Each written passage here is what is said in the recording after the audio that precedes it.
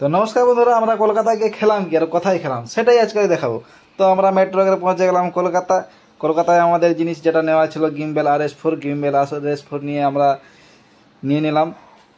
RS4 নিয়ে এবার চলে যাবো সোজা ডেকাস লেন হেঁটে হেঁটে করে, কারণ কলকাতার ট্রাফিক প্রচুর, ওই জন্য বাসটার কী দরকার আছে, বাস 1 কিলোমিটার হাঁটলেই পৌঁছে গেলাম ডেকাস লেনে হাঁটতে হাঁটতে হাঁটতে হাঁটতে পৌঁছে গেলাম প্রথম চিত্তবাবু সাইডে দোকান।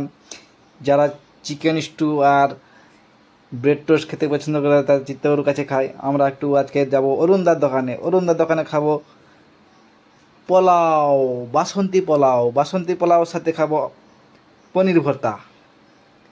তো আমরা চিত্তবাবু পেরিয়ে চলে যাচ্ছি মা তারা হোটেল। অরুণদাকে ওখানে দেখা মিলবে, কারণ সেলিব্রিটি উনি, সবাই সেলিব্রিটির সাথে আসে দেখা করতে, আমরাও যাচ্ছি।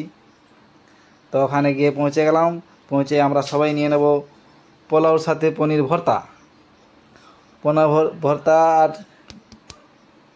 পোলাও খেতে বেশ ভালোই লাগলো নিঃসন্দেহে। তারপর সবাই এসে যেমন একটু খিচুড়িও তাহলে টেস্ট করে নিই, অরুণদার দোকান যেটা বিখ্যাত।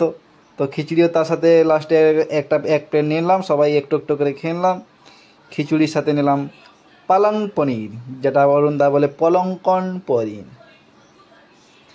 তো দেখুন, প্রথম আমাদের খাবার চলে আসছে পোলাও আর পনির ভর্তা। এটার সাথে পাঁপড় থাকে না, একজনকে অরুণদা গিফট করেছিল অবশ্য পাঁপড়, সেই জন্য তার কাছেই শুধু পাঁপড়।